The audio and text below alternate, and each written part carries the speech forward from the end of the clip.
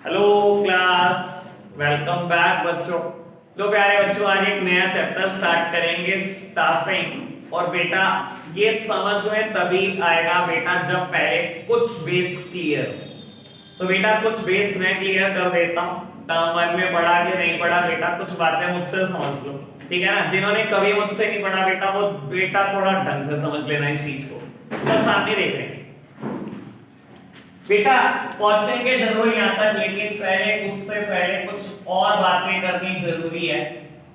हम बेटा मैनेजमेंट पहला चैप्टर पढ़ के आते हैं बाबू। मैनेजमेंट के अपने आप में 5 फंक्शन है, या बेटा आप इसको प्रोसेस ऑफ मैनेजमेंट भी बोल सकते हो, ठीक है ना जी बाबू। इनकी हमने बात की हुई है कभी ना कभी, OSDC बोलते हैं इनको प्यार से, planning, organizing, staffing, directing and controlling, ठीक है जी। अब बेटा ये एक दूसरे से बिल्कुल लिंक्ड में है, ठीक है ना। एक पता होगा तो दूसरा समझना बहुत आसान है, दूसरा पता होगा तो तीसरा समझना बहुत आसान है बेटा। प्लानिंग के काम अलग हैं, ऑर्गेनाइजिंग में होने वाले काम बिल्कुल अलग है, स्टाफिंग में होने वाले काम बिल्कुल अलग है, डायरेक्टिंग में होने वाले काम बिल्कुल अलग, कंट्रोलिंग में होने वाले काम बिल्कुल अलग। मेरे कोर्स में बेटा अभी टर्म 2 में ये तीनों टॉपिक रहते हैं। मुझे बात करनी है स्टाफिंग की, मुझे बात करनी है डायरेक्टिंग की, मुझे बात करनी है कंट्रोलिंग की। प्लानिंग और ऑर्गेनाइजिंग की बात पहले खत्म हो चुकी है, लेकिन वो पता होगी तो बेटा स्टाफिंग समझना आसान होगा। प्लानिंग में हम क्या करते हैं बेटा, सबसे पहले ऑब्जेक्टिव सेट करते हैं, और ये ऑब्जेक्टिव सबसे पहले बेटा पूरी ऑर्गेनाइजेशन के लिए सेट होता है। Then on the basis of organizational objective सारे डिपार्टमेंट, सारे लेवल और सारे एम्प्लॉय अपने अपने लिए ऑब्जेक्टिव सेट करते हैं, ठीक है जी। और हमेशा ध्यान रखना बेटा, ये जो ऑब्जेक्टिव सेट होता है ना कहीं आपकी पास्ट परफॉर्मेंस पर बेस्ड होता है। कहने का मतलब है बेटा, मान लो आपने 2019-20 फाइनेंशियल ईयर में क्या किया, मान लो 10 लाख यूनिट बनाकर बेची, और आज 1 अप्रैल 20 है और आप बेटा फाइनेंशियल ईयर 20-21 के लिए ऑब्जेक्टिव सेट कर रहे हो। आज बेटा 1 अप्रैल 2020 को बैठे हुए हो और बेटा ऑब्जेक्टिव सेट कर रहे हैं पूरे 2020 के लिए कि आने वाले साल में हम क्या करना चाहते हैं। और हमने देखा चलो पिछले साल तो सेल कर ली 10 लाख यूनिट, इस बार हम अपनी सेल को 20% से बढ़ाना चाहते हैं। हम चाहते हैं भाई सेल 20% से बढ़ जाए, यानी कि बेटा 12 लाख यूनिट बन जाए और 12 लाख यूनिट बिक जाए। ये हमने क्या करा, अपने लिए ऑब्जेक्टिव सेट कर दिया। और हमेशा ध्यान रखना बेटा, planning is done for the future, never done for the past. Past के लिए प्लान कोई नहीं कर सकता बेटा, सब फ्यूचर प्लान करते हैं, आगे झांकते हैं बेटा प्लानिंग, ठीक है ना। 1 अप्रैल 2020 को बैठा हुआ इंसान सोच रहा है 31 तक क्या करना है, जब पता नहीं अगले पल जीना है कि नहीं जीना बेटा।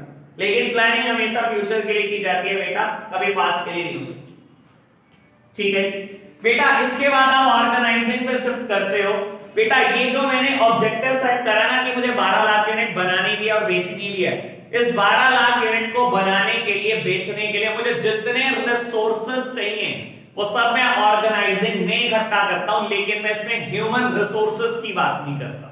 यानी कि बेटा सारे रिसोर्सेज चाहिए जो मेरे को, सब इकट्ठा कर लो, लेकिन ह्यूमन रिसोर्सेज की बात मत करो। ह्यूमन रिसोर्सेज मतलब employees, board of director, worker, इनकी बात मत करो। ऑर्गेनाइजिंग में इनकी बात नहीं होती बेटा कभी, ठीक है ना। और क्या रिसोर्सेज चाहिए हो सकते हैं बेटा, हो सकता है मेरे पास इतनी मशीनरी थी जिसने 10 लाख यूनिट तो बना दी, पर उतनी मशीनरी नहीं है जो 12 लाख यूनिट बना सके, बेच सके।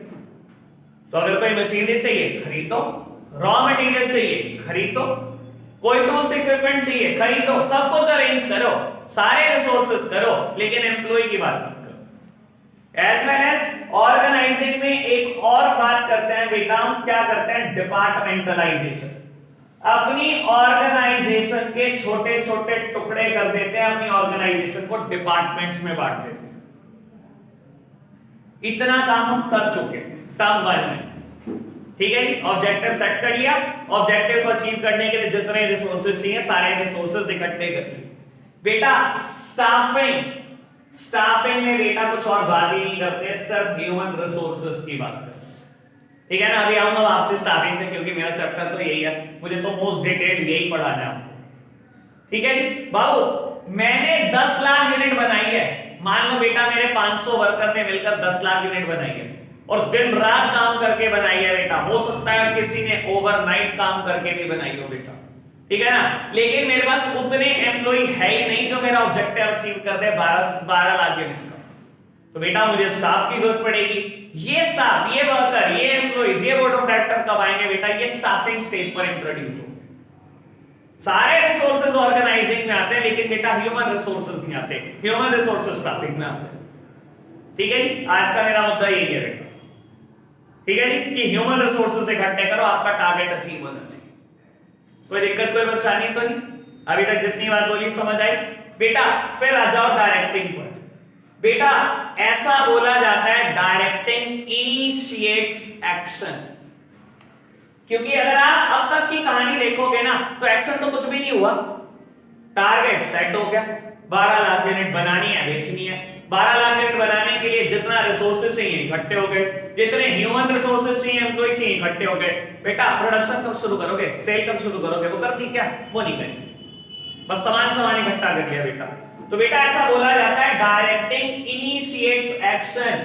यहां से बेटा आप अपनी एक्चुअल वर्किंग के लिए कदम बढ़ाते हो। पहले क्या मैं प्रोडक्शन स्टार्ट करूंगा, मैं बेचना शुरू करूंगा, ये सारे काम डायरेक्टिंग में होते हैं। और बेटा कंट्रोलिंग, देखो सिंपल भाषा में बोले तो बेटा कंट्रोलिंग का मतलब होता है मॉनिटरिंग करना। ठीक है ना? और आज मैं बोल रहा हूं, आज 31 मार्च 2021 आ चुकी है, जब तक के लिए मेरा टारगेट था। बेटा कंट्रोलिंग स्टेज में सबसे पहला काम मैं क्या करता हूं बेटा? Measurement of actual performance. अपनी एक्चुअल परफॉर्मेंस को मेजर करता हूं, और बेटा इस एक्चुअल परफॉर्मेंस को कंपेयर करता हूं with the standards which are set in the past. और ये स्टैंडर्ड कोई और नहीं, ये वही स्टैंडर्ड है बेटा जो आपने प्लानिंग स्टेज पे सेट किया। प्लानिंग स्टेज पे मैंने सोचा था कि 12 लाख यूनिट बननी चाहिए, बिकनी चाहिए। जब बेटा एक्चुअल परफॉर्मेंस निकल कर आई तो बेटा 11 लाख यूनिट बनी भी और बिकी भी, जबकि मेरे स्टैंडर्ड्स, मेरे टारगेट्स थे बेटा 12 लाख के। क्या मैं खरा उतर पाया था टारगेट पर?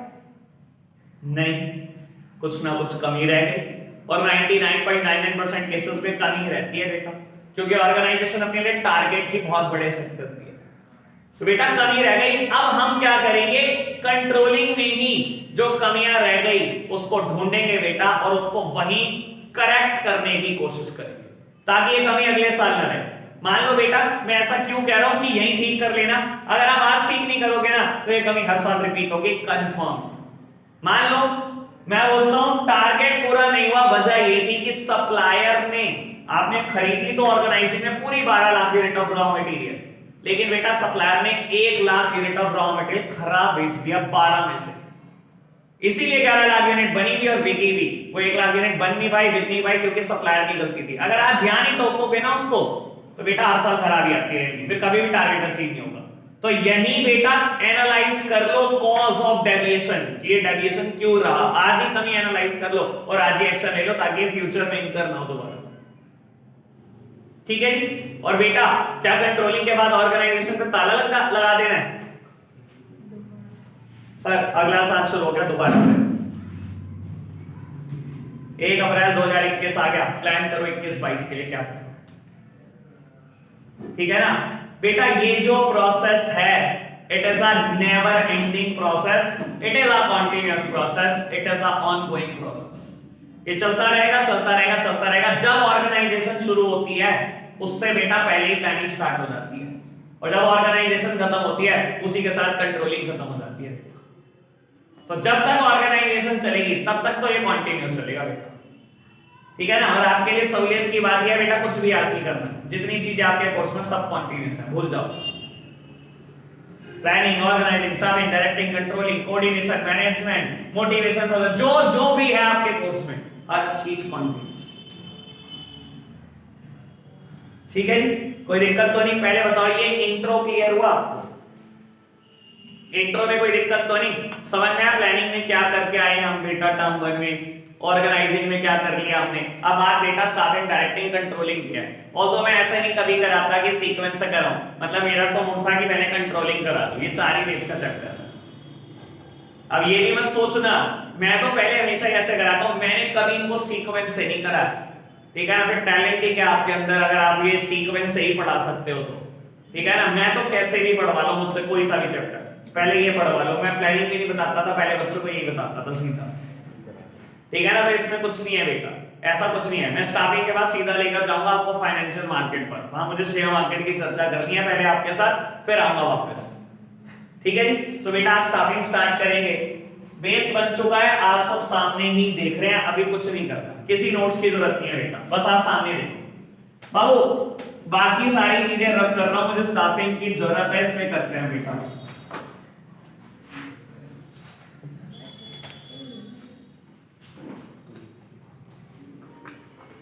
बेटा मेरे कोर्स में स्टाफिंग एक टॉपिक है बेटा, स्टाफिंग प्रोसेस। सबसे पहले बेटा मुझे इसी की बात करनी है, और बेटा जब भी ये वर्ड आता है ना, हमेशा ध्यान रखना आपको सीक्वेंस से नहीं भटकना, ठीक है ना बाबू।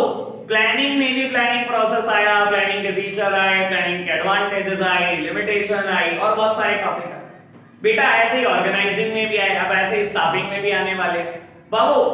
देखो जब मेरे को लिखने को आए फीचर, आप हेडिंग आगे पीछे लिखो, मुझे कोई फर्क नहीं पड़ता, ठीक है ना। मैंने 6 हेडिंग याद करी, मुझे पहले नंबर पे 5वीं हेडिंग याद है तो मैंने 5वीं चिपका दी, चौथी याद है चौथी चिपका दी। एडवांटेज और लिमिटेशन में भी यही करना, लेकिन बेटा प्रोसेस में हेडिंग इधर से उधर नहीं हो सकती, ठीक है ना। प्रोसेस का मतलब समझते हो ना, अ क्रोनोलॉजिकल ऑर्डर, एक क्रोनोलॉजिकल सीक्वेंस है, ठीक है ना। और हमेशा एग्जांपल देते हुए ये बोलता हूं बेटा, मैगी बनाने का एक प्रोसेस है, ये तो नहीं हो सकता ना लास्ट स्टेप पहले ही पढ़ लिया जाए, सर्व द मैगी, ठीक है ना। अब कच्ची थोड़ी सर्व कर दोगे बेटा, तो बाबू एक क्रोनोलॉजिकल ऑर्डर है, उसी ऑर्डर में तो चलेंगे, ठीक है ना बेटा। तो स्टाफिंग प्रोसेस भी बेटा एक स्पेसिफाइड ऑर्डर में चलेगा, ऑर्डर से नहीं भटकना, ठीक है जी। सबसे पहली heading estimating man power requirement, सब सामने देखेंगे बेटा, एस्टिमेटिंग मैन पावर रिक्वायरमेंट। और आपको बता देता हूं यही सबसे ज्यादा गलती का स्कोप है, क्योंकि हम हेडिंग का मतलब अलग निकालते हैं और निकलता मतलब अलग है। बाबू कहता है एस्टिमेट कर लो मैन पावर रिक्वायरमेंट, कितने लोगों की जरूरत है ऑर्गेनाइजेशन, ठीक है। सब पता लग रहा होगा हिंदी में अगर कन्वर्ट करो। और बेटा सोचो बेटा, प्लान करा 12 लाख यूनिट बनानी है, 12 लाख यूनिट बेचनी है। मेरे पास इतने एम्प्लॉई तो थे जिन्होंने पिछले साल 10 लाख बना भी दी और बेच भी दी, लेकिन बेटा 12 लाख के लिए बनाने के लिए जितने एम्प्लॉय चाहिए शायद हो सकता है मेरी ऑर्गेनाइजेशन में उतने ना हो। तो कहते हैं एस्टिमेट कर लो what is the manpower requirement of your organization. तो स्टार्टिंग में सबसे पहला काम क्या होता है बेटा, मैन पावर रिक्वायरमेंट को मैं असेस करता हूं। लेकिन बेटा ध्यान रहे, अगर आप इसका लिटरल मतलब पढ़ते हो ना, तो आपको सिर्फ लगता है कि मुझे सोचनी है नंबर ऑफ एम्प्लॉइज। अगर आप लिटरली पढ़ते हो ना, तो बेटा आपको पढ़ के यही लगता है कि आपको सिर्फ ये सोचना है नंबर ऑफ एम्प्लॉइज। पर प्यारे बच्चों, मुझे यहाँ पर एक नहीं 2 बातें सोचनी है, मुझे ये भी सोचना है टाइप ऑफ एम्प्लॉइज। और अभी मैं बताऊंगा मेरा मतलब टाइप ऑफ एम्प्लॉइज से क्या है, ठीक है ना। मुझे 2 बातें सोचनी है, मुझे कितने नंबर ऑफ एम्प्लॉय चाहिए और किस किस टाइप का एम्प्लॉय चाहिए, ठीक है ना। और बेटा जब आप कैलकुलेट करने लगते हो कि आपको कितने नंबर ऑफ एम्प्लॉय चाहिए, तो ये कहता है बेटा कि ऐसे नहीं कैलकुलेट करना, इसका एक स्पेसिफाइड मेथड है बेटा कि कैसे कैलकुलेट करना, हमें कितने नंबर ऑफ एम्प्लॉय चाहिए। तो बेटा हमें कैसे कैलकुलेट करना है, कहता है 2 तरीके के एनालिसिस कर लो। एक एनालिसिस का नाम है बेटा वर्कलोड एनालिसिस और दूसरे एनालिसिस का नाम है बेटा वर्कफोर्स एनालिसिस। कहता है ये 2 एनालिसिस कर लो, आपको पता लग जाएगा कितने टाइप ऑफ इसको कितने नंबर ऑफ एम्प्लॉय चाहिए। बेटा वर्कलोड एनालिसिस क्या बोलता है, वर्कलोड एनालिसिस बोलता है बेटा आपके टारगेट को अकम्प्लिश करने के लिए कितने नंबर ऑफ एम्प्लॉय चाहिए। मेरा टारगेट क्या 12 लाख यूनिट बनानी और बेचनी, कितने नंबर ऑफ एम्प्लॉय चाहिए बेटा। लेट्स सपोज बेटा आपने वर्कलोड एनालिसिस करा और बेटा पता लगा कि 600 एम्प्लॉइज टारगेट को अच्छे से अचीव कर सकते हैं। तो वर्कफोर्स एनालिसिस क्या बताता है बेटा, वर्कफोर्स एनालिसिस ये बताता है कि एग्जिस्टिंगली आपकी ऑर्गेनाइजेशन में कितने लोग काम कर रहे हैं, उनमें से कितने ओवरबर्डन्ड हैं या कितने लोग अंडरबर्डन्ड हैं। सर ये क्या बताता है workload analysis, total number of employees required to accomplish your objective. Total कितने नंबर ऑफ एम्प्लॉय अगर हो ऑर्गेनाइजेशन में जो एक टारगेट को अचीव कर दे। सर 600 लोग होने चाहिए, मेरा अंदाजा है, कहता है 600 लोग होंगे तो टारगेट पूरा हो जाएगा। तो बेटा वर्क फोर्स एनालिसिस क्या बताता है? बेटा वर्क फोर्स एनालिसिस ये बताता है कि एग्जिस्टिंगली आपके ऑर्गेनाइजेशन में कितने लोग काम कर रहे हैं, उनमें से कितने अंडर बर्डन या ओवर बर्डन है। और मान लो बेटा एग्जिस्टिंगली मेरी ऑर्गेनाइजेशन में 450 लोग काम कर रहे हैं, दैट मींस बेटा मुझे कितने नंबर ऑफ एम्प्लॉय की जरूरत है? मुझे 150 की जरूरत है।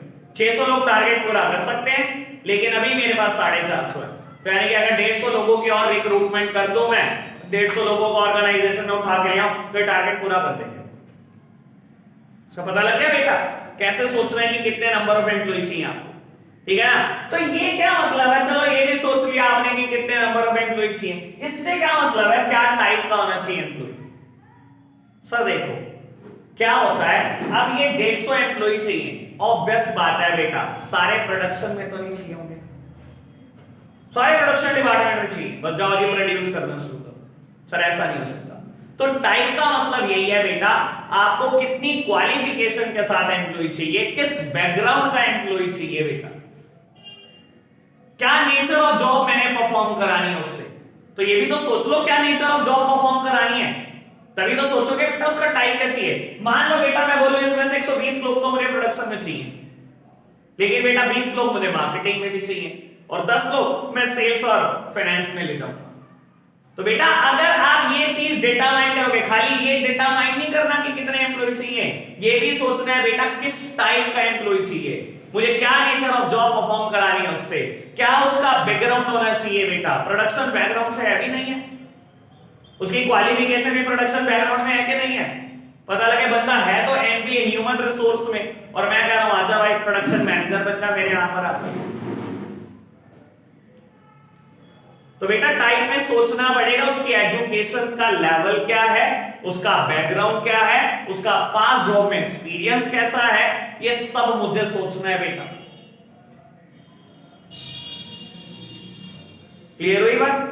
यानी कि बेटा जब मैं एस्टीमेट करता हूं मैन पावर रिक्वायरमेंट, तो मुझे कुल मिला के दो बातें सोचनी है, खाली बेयर वर्ड पे मत चलेगा एस्टीमेट मैन पावर रिक्वायरमेंट। इससे तो यही पता लगता है कि सोच लो कितने नंबर ऑफ एम्प्लॉय चाहिए, पर मैं कह रहा हूं बेटा नंबर ऑफ एम्प्लॉय के साथ साथ ये भी सोच लेना किस टाइप का एम्प्लॉय चाहिए, ठीक है ना। और नंबर ऑफ एम्प्लॉय कैलकुलेट करने का बेटा एक स्पेसिफाइड तरीका है, हम दो तरीके के एनालिसिस करते हैं तब जाकर हम पहुंच पाते हैं बेटा कि कितने नंबर ऑफ एम्प्लॉय और चाहिए।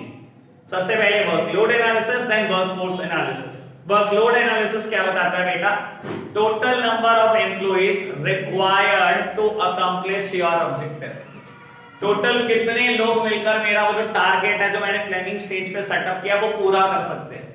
और बेटा वर्कफोर्स एनालिसिस क्या बताता है, एग्जिस्टिंगली आपके ऑर्गेनाइजेशन में कितने एम्प्लॉई हैं और बेटा कितने ओवरबर्डन या अंडरबर्डन है। ठीक है जी, बात क्लियर, कोई दिक्कत कोई परेशानी तो नहीं बेटा। फिर हम सोचते हैं टाइप ऑफ एम्प्लॉय। बेटा कई ऑर्गेनाइजेशन टाइप ऑफ एम्प्लॉय में ना ऐसी बातें भी सोचती है, ये मैं बता देता हूं, थोड़ा और इलैबोरेट कर देता हूं इसको, कि हमें कितनी वुमेन्स को जॉब देनी है। होती है ना ऑर्गेनाइजेशन की पॉलिसी कि हमारी ऑर्गेनाइजेशन में कम से कम 10 से 15% वुमेन होनी चाहिए। सर पॉलिसी होती है, अभी कांग्रेस सरकार भी पॉलिसी लाई है, इस बार यूपी में इतनी % वुमेन कैंडिडेट को मैंने इलेक्शन लड़वाना, शायद पता हो आपको। मतलब मैं भी थोड़ी बहुत न्यूज ही देखता हूँ, ज्यादा नहीं, ठीक है ना, वैसे भी पागलों की तो मेरे से सुनी भी नहीं जाती, ठीक है ना, लेकिन हाँ वो एक कान में आवाज आ गई थी, ठीक है ना, कितने % वुमेन्स को हमें इलेक्शन लड़वाना है। तो पॉलिसी हो सकती है बेटा आपकी, या कितने लोग मैंने माइनॉरिटी से लेने हैं बेटा। सर ऐसी पॉलिसीज होती हैं। तो टाइप ऑफ एम्प्लॉय में आपको ये सोचना पड़ेगा कितनी वुमेन, कितने बेटा बैकवर्ड क्लास से लेने हैं, कितने माइनॉरिटी से लेने हैं, कितने प्रोडक्शन डिपार्टमेंट में डालने हैं, कितने सेल्स में डालने हैं, कितने मार्केटिंग में डालने हैं, कितने एड में डालने हैं, कितने फाइनेंस में डालने हैं, कितने अकाउंटिंग में डालने हैं। तो बेटा खाली नंबर मत सोचो, उनका टाइप भी सोचो, और टाइप सोचोगे तभी पता लगेगा किस एजुकेशनल क्वालिफिकेशन के साथ पर्सन को रिक्रूट करना है मुझे, बेटा क्या बैकग्राउंड चाहिए मुझे, क्या उसकी हिस्ट्री चाहिए, क्या उसका एक्सपीरियंस चाहिए। क्लियर है बात समझ में आई तक जितनी बोली? नोट से बेटा पहली हेडिंग रीड करके बताओ। ये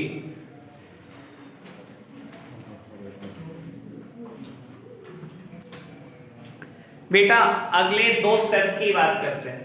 हमने बात कर ली मैन पावर रिक्वायरमेंट असेस कर ली, मुझे एम्प्लॉय चाहिए बेटा लेट्स सपोज 150 जिसमें से 120 चाहिए प्रोडक्शन में, 20 चाहिए बेटा मार्केटिंग में, और कुछ लोग मुझे सेल्स में चाहिए, कुछ लोग मुझे अकाउंट्स में चाहिए लेट्स सपोज। ठीक है बेटा अगला स्टेप आता है रिक्रूटमेंट एंड थर्ड स्टेप आता है बेटा सिलेक्शन। थर्ड स्टेप आता है बेटा सिलेक्शन, और बहुत आराम से इस चीज को समझना। पेपर में कभी भी ये तो ना तो रिक्रूटमेंट के नाम से आएगा और ना ही बेटा ये सिलेक्शन के नाम से आएगा। इसको बेटा बोलते हैं positive step in the staffing process, positive step in the staffing process, और बेटा सिलेक्शन को बोलते हैं negative step in the staffing process. और इसके एक स्पेसिफाइड वजह है बेटा, दिल नहीं कह रहा इसको ऐसा ही बोलना है बेटा। रिक्रूटमेंट को बोलते हैं positive step in the staffing process और सिलेक्शन को बोलते हैं negative step in the staffing process. अब समझना बेटा मैं ऐसा क्यों बोल रहा हूं और क्या मतलब है मेरा रिक्रूटमेंट से। भाई मेरी ऑर्गेनाइजेशन में 150 वैकेंसी है, ठीक है बाबू, मैं चाहता हूं ज्यादा से ज्यादा दुनिया अप्लाई करे फॉर द जॉब, ठीक है ना। मैं इस वैकेंसी को वाइडली एडवर्टाइज कर दूंगा, जितनी मेरी क्षमता है ना उस हिसाब से ज्यादा एडवर्टाइज करूंगा ताकि ज्यादा से ज्यादा दुनिया अप्लाई करे फॉर द जॉब। अच्छा इससे क्या होगा बेटा, जितनी ज्यादा दुनिया अप्लाई करेगी उतने ज्यादा चांसेस हैं कि मुझे सुटेबल कैंडिडेट मिलेगा। रिक्रूटमेंट इसीलिए पॉजिटिव है क्योंकि मैं चाहता हूं ज्यादा से ज्यादा आ जाओ। 150 वैकेंसी है ना, मैं चाहता हूं 1500 लोग कम से कम अप्लाई करें, हर 10 में से मैं एक चुनूं। और आप खुद जानते हो बेटा, अगर मैं 10 में से एक चुनूंगा तो बेटा बहुत कॉम्पिटिटिव स्टाफ मिलेगा मेरे को। जो एक इंसान बेटा 10 को पीछे छोड़कर आएगा बेटा, कहीं ना कहीं बेटा वो 9 से ज्यादा इंटेलिजेंट होगा, वो 9 से अच्छे कम्युनिकेशन स्किल्स रखता होगा, तो बेटा मेरे को ज्यादा चांसेस है ना सुटेबल कैंडिडेट मिलने के। इस वजह से बेटा at the time of recruitment आप पूरी कोशिश करते हो, सारी दुनिया को इंट्रोड्यूस करते हो कि मेरी ऑर्गेनाइजेशन में जॉब के लिए अप्लाई करो। अपनी वैकेंसी को जानबूझ के बहुत ज्यादा एडवर्टाइज करते हो। आप खुद सोचो, मैं कहता हूं बेटा एक वैकेंसी है और एक ही पर्सन ने अप्लाई करा, उसे सिलेक्शन कहते हैं क्या? उसे तो समझौता कहते हैं बेटा, कि वैकेंसी एक थी और कोई आया नहीं अप्लाई करने, एक ही आया तो मजबूरी में जॉब दे दी। क्या वो कॉम्पिटिटिव स्टाफ होगा? आपको पता ही नहीं क्या है उसके अंदर, कोई टैलेंट भी है कि नहीं, उसे मजबूरी कहते हैं, उसे सिलेक्शन नहीं बोलते बेटा। तो रिक्रूटमेंट के टाइम पर आप चाहते हो ज्यादा से ज्यादा दुनिया, इसलिए इसको बोलते हैं positive step in the staffing process. क्या आप चाहते हो ज्यादा से ज्यादा दुनिया, और सिलेक्शन को क्यों बोलते हैं बेटा नेगेटिव स्टेप? बेटा जब ज्यादा से ज्यादा दुनिया अप्लाई कर देती है जॉब के लिए, तब उनके हम बेटा एम्प्लॉयमेंट टेस्ट कंडक्ट करते हैं, इंटरव्यू कंडक्ट करते हैं, और हमेशा नंबर ऑफ रिजेक्टेड कैंडिडेट ज्यादा होते हैं, नंबर ऑफ सिलेक्टेड कैंडिडेट कम होते हैं। इस वजह से बेटा इसको नेगेटिव स्टेप बोला जाता है। समझ आए बेटा क्यों ये पॉजिटिव और क्यों ये नेगेटिव? ठीक है ना सर, बैंक में वैकेंसी निकली 5000 एम्प्लॉय, बैंक कैसे एडवर्टाइज करते हैं? जगह जगह pamphlet, newspaper ad, magazines ad, even TV ad. 5000 vacancy है, इंडिया में लोग अप्लाई कर रहे हैं भाई साहब 50 लाख, उनके लिए तो बहुत अच्छा है। 5000 एम्प्लॉय, इतने सारे लोगों को पीछे छोड़ के आएंगे बेटा, उनको तो बहुत बढ़िया चांसेस है सुटेबल कैंडिडेट मिलने वाला, एक बहुत इंटेलिजेंट पर्सन मिलने वाला है जो इतने सारे लोगों को पीछे छोड़कर आएगा बेटा। तो रिक्रूटमेंट हमेशा से पॉजिटिव स्टेप, ज्यादा से ज्यादा दुनिया आ जाओ, ज्यादा से ज्यादा दुनिया। और सिलेक्शन नेगेटिव क्यों है बेटा? क्योंकि ज्यादा से ज्यादा रिजेक्ट होकर घर चले जाएंगे, इनमें से कुछ ही बेटा सेलेक्ट होकर ऑर्गेनाइजेशन के अंदर जाएगा। क्लियर हुई बात समझ में आई? दोनों रीड करके बताओ।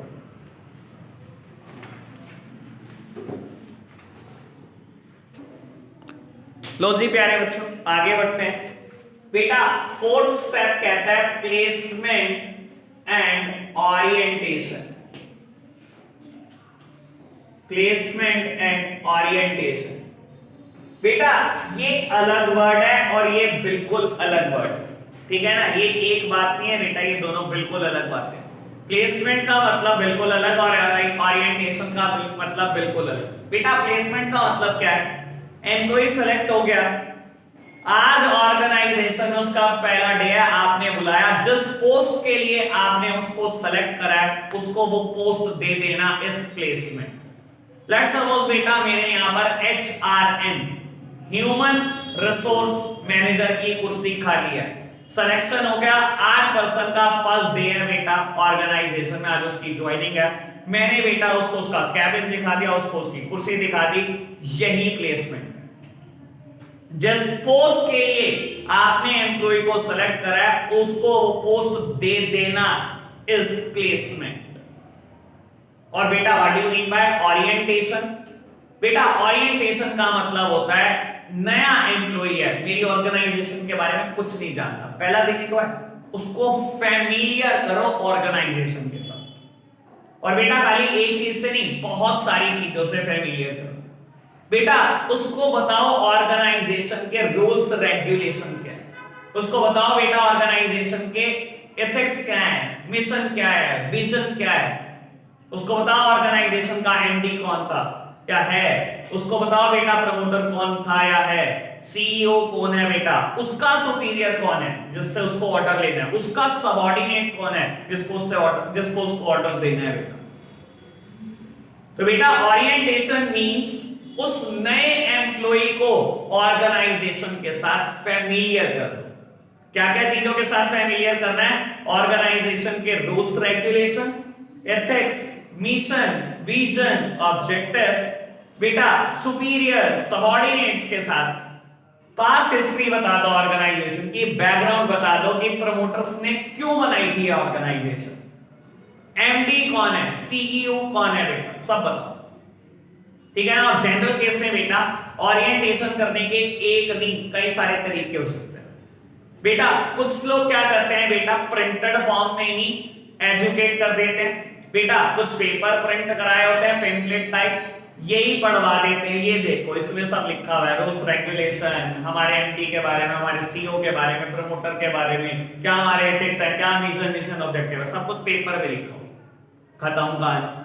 कुछ लोग क्या करते हैं बेटा ऑर्गेनाइजेशन में प्रेजेंटेशन रूम रहता है, तो बेटा उन्होंने क्लिपिंग बनवा रखी होती है छोटी छोटी, आपको प्रेजेंटेशन रूम में ले जाया जाता है बेटा और वो क्लिपिंग चला दी जाती है, आधे से 1 घंटे बाद आप ऑर्गेनाइजेशन के बारे में सब कुछ जान जाते हो बेटा। तो ये ओरिएंटेशन की पहली क्लिप आई, प्रमोटर के बारे में लिखा हुआ है, उसकी एजुकेशनल क्वालिफिकेशन लिखी हुई है, अगली क्लिप आई ऑर्गेनाइजेशन के रूल्स रेगुलेशन लिखे हुए हैं, तो क्लिप दबाए जा रहे हैं बेटा, आधे से 1 घंटे में बेटा ओरिएंटेशन हो गया, खत्म था। समझ आई बात? तो बेटा हमने 4 बातें कर ली, एस्टिमेट कर लिया, मैन पावर रिक्वायरमेंट, रिक्रूटमेंट कर लिया, सिलेक्शन कर दिया, प्लेसमेंट कर दी और ओरिएंटेशन, ठीक है जी। एस्टिमेटिंग मैन पावर रिक्वायरमेंट का मतलब 2 बातें कौन कौन सी? अरे यार पागल हो गया तो, number of employee as well as type of employee, और नंबर ऑफ एम्प्लॉय के लिए 2 बातें, workload analysis and workforce analysis. Workload analysis क्या बताता है? कितने जरूरत है, total number of employees required to accomplish your objective, कितने टोटल नंबर ऑफ एम्प्लॉय मिलेंगे बेटा तब जाके टारगेट पूरा होगा। और वर्कफोर्स एनालिसिस क्या होता है बेटा? एक्सिस्टिंगली मेरी ऑर्गेनाइजेशन में कितने लोग काम कर रहे हैं, ठीक है ना, कितने लोग ओवरबर्डन या अंडरबर्डन। बेटा टाइप ऑफ एम्प्लॉय से मेरा मतलब क्या है? कई बार ऑर्गेनाइजेशन की पॉलिसी रहती है बेटा हमें इतनी वुमेन्स रिक्रूट करनी है, इतना माइनॉरिटी से पर्सन चाहिए, इतने बेटा बैकवर्ड क्लास से पर्सन चाहिए हमारे, क्या बेटा उनके दिमाग में ये भी रहना चाहिए बेटा आपको 150 एम्प्लॉय तो चाहिए, लेकिन बेटा सब एक जैसे नहीं चाहिए, हो सकता है बेटा इनमें से मेरे को 120-30 अनस्किल्ड चाहिए जिनसे बेटा सिर्फ बोझ उठवाने प्रोडक्शन में काम कर रहा है, लेकिन बेटा कुछ केस में मुझे बेटा कुछ पर्सन स्किल्ड भी चाहिए हो सकता है। मेरे यहाँ पर 2-3 मैनेजर की कुर्सी खाली है, मुझे वहां उसके लिए बेटा हाईली क्वालिफाइड एम्प्लॉय चाहिए जो एमबीए हो बेटा। तो बाबू ये टाइप में आपको बहुत सारी बातें सोचनी पड़ती है, ठीक है जी। फिर हमने बात करी रिक्रूटमेंट एंड सिलेक्शन की। Recruitment is the positive step in the staffing process, क्योंकि आप चाहोगे बेटा इस वैकेंसी के लिए आप ज्यादा से ज्यादा लोगों को मोटिवेट करो कि मेरी ऑर्गेनाइजेशन में वैकेंसी निकली, आप अप्लाई करो। आप चाहते हो बेटा वाइडली एडवर्टाइज हो आपकी वैकेंसी, आपको ज्यादा कैंडिडेट मिले बेटा इस वैकेंसी के लिए, क्योंकि जितने ज्यादा कैंडिडेट मिलेंगे उतने ही ज्यादा बेटा चांसेस हैं कि आपको एक सुटेबल पर्सन मिल जाएगा जॉब के लिए। ठीक है ना? अगेन बेटा बात वही है, एक वैकेंसी पे एक ही पर्सन अप्लाई कर रहा है बेटा, तो कोई सिलेक्शन नहीं होने जा रहा है बेटा, वो बहुत अच्छा खासा। ठीक है ना? वो तो एक मजबूरी का नाम है बेटा। ठीक है ना? और सिलेक्शन बेटा, सिलेक्शन एक नेगेटिव प्रोसेस है, क्योंकि जितने ज्यादा लोग अप्लाई करेंगे उन सबके हम एम्प्लॉयमेंट टेस्ट कंडक्ट करते हैं, उन सबका इंटरव्यू लेते हैं बेटा, और बेटा उन एम्प्लॉयमेंट टेस्ट के बेसिस पर, इंटरव्यू के बेसिस पर हम कुछ लोगों को सेलेक्ट कर लेंगे और बहुत सारों को रिजेक्ट करके घर भेज देंगे। बेटा नॉर्मल सिचुएशन ये होती है, हमेशा नंबर ऑफ रिजेक्टेड कैंडिडेट ज्यादा होते हैं as compare to the selected candidate. That's why selection is regarded as negative step in the staffing process. ठीक है जी। उसके बाद बेटा हमने बात करी प्लेसमेंट एंड ओरिएंटेशन की। बेटा आपने एम्प्लॉय को जिस जॉब पोजीशन के लिए सेलेक्ट करा है उसको वो जॉब पोजीशन दे देना is placement. And orientation means employee को फैमिलियर करना ऑर्गेनाइजेशन से। ठीक है जी। बेटा अगला स्टेप, अभी ये रीड नहीं करा, अभी कराऊंगा बेटा नोट से रीड। बेटा फिफ्थ स्टेप कहता है training and development. Training and development Babu again word is and, यानी कि ये बात बिल्कुल अलग है और ये बात बिल्कुल अलग है। ट्रेनिंग और डेवलपमेंट का आपस में कोई रिलेशन नहीं है बेटा, दोनों बहुत अलग अलग चीजें हैं। ठीक है ना? और यकीन मानना 99.99% केसेस में बच्चे को पता नहीं होता है कि ट्रेनिंग और डेवलपमेंट में फर्क क्या है, और आपको पता होना चाहिए। और आप एक बात समझ लो बेटा, मैं कहता हूं आप बहुत पढ़े लिखे हो और आपका ऑर्गेनाइजेशन में प्लेसमेंट हो गया, आज ऑर्गेनाइजेशन में पहला दिन था, आपको फैमिलियर भी कर दिया उन्होंने। बेटा इनिशियल कुछ मंथ तक या हो सकता है कुछ ईयर्स तक आपकी ट्रेनिंग ही चलेगी, जितने मर्जी पढ़ लिख के चले जाना बेटा। ठीक है ना? कॉमर्स साइड की हाईएस्ट डिग्री भी उठा के चल दोगे ना बेटा, तब भी बाबू पहले ट्रेनिंग ही होगी। कभी भी ऐसा नहीं होता बेटा सीधा फुल फ्लेज एम्प्लॉय बन गया, परमानेंट एम्प्लॉय बन गए, कभी भी नहीं ऐसा होता। आपको पता है सीबीएसई का नॉर्म क्या कहता है? जब भी आपके स्कूल में पहले कभी किसी टीचर का रिक्रूटमेंट होता है तो 1 साल तक वो ट्रेनिंग होता है सिर्फ, कभी भी परमानेंट एम्प्लॉय नहीं होता, कभी भी परमानेंट टीचर नहीं होता। 1 साल के बाद वो टीचर की कैटेगरी में आता है, पहले सिर्फ ट्रेनिंग की कैटेगरी में होता है। तो बेटा एक बात समझ लो, क्या फर्क होता है ट्रेनिंग और डेवलपमेंट में? बेटा training must be related to your job position, और ट्रेनिंग हमेशा सिर्फ एक ही फील्ड में होती है। मतलब मान लो बेटा किसी अकाउंटेंट का सिलेक्शन, ठीक है, और बेटा आज आपने उसको कहा कि हमारी ऑर्गेनाइजेशन में एक कस्टमाइज सॉफ्टवेयर के थ्रू हम अकाउंटिंग करते हैं। आपने करी है बात, चलो टैली चलाई आपने, बहुत अच्छी बात। आपने एक और सॉफ्टवेयर चलाया बीसी, बहुत अच्छी बात। आपने एक और सॉफ्टवेयर चलाया सैप R3, बहुत अच्छी बात। ये सब अकाउंटिंग सॉफ्टवेयर है जिनके मैं नाम ले रहा हूं, ठीक है ना? आपने चलाया, बहुत अच्छी बात। लेकिन क्योंकि हमारी ऑर्गेनाइजेशन में हमारा एक अपना ही कस्टमाइज कराया हुआ सॉफ्टवेयर है, उसके थ्रू अकाउंटिंग होती है, इसलिए आप क्या करोगे, आप 3 महीने के लिए ट्रेनिंग पे रहोगे इस पर्सन के अंडर। ये आपको सिखाएगा बेटा कैसे अकाउंटिंग होनी है हमारी ऑर्गेनाइजेशन। तो बेटा ट्रेनिंग हमेशा एक ही फील्ड में होती है, सबसे पहली बात। दूसरी बात, हमेशा आपकी जॉब पोजीशन से रिलेटेड होती है वो ट्रेनिंग। मेरी जॉब अकाउंटेंट की है तो मुझे अकाउंट से सिखाया जा रहा है बेटा, बस यही ट्रेनिंग है। और डेवलपमेंट बेटा, डेवलपमेंट इंसान की ऑल रिस्पेक्ट में होती है। डेवलपमेंट मे और may not be related to your job position. और डेवलपमेंट का क्या मतलब है बेटा? In all respect. एम्प्लॉय को डेवलप करना इन ऑल रिस्पेक्ट, जरूरी नहीं है आपकी जॉब से रिलेटेड।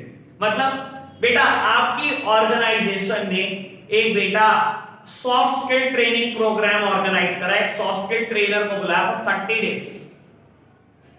अकाउंटेंट और सॉफ्ट स्किल दूर दूर तक कोई लेना देना नहीं बेटा। ये क्या हो रहा है बेटा? ये डेवलपमेंट। कम्युनिकेशन स्किल्स आपके इंप्रूव करने के लिए बेटा उन्होंने कोई प्रोग्राम ऑर्गेनाइज कर 7 दिन का। एक ट्रेनर आएगा बेटा, आपके कम्युनिकेशन स्किल इंप्रूव करेगा। सर अकाउंटेंट का कोई लेना देना? ये ट्रेनिंग नहीं है बेटा, ये डेवलपमेंट है। समझ आई बात? क्लियर है बात? ट्रेनिंग हमेशा जॉब से रिलेटेड होती है, हमेशा एक ही फील्ड में होती है।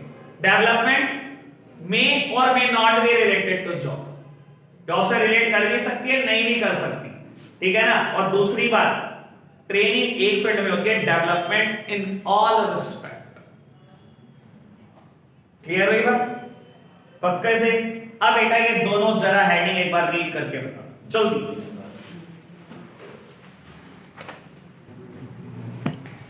आज के लिए हम इतना ही रखते हैं बच्चों, बाय बाय।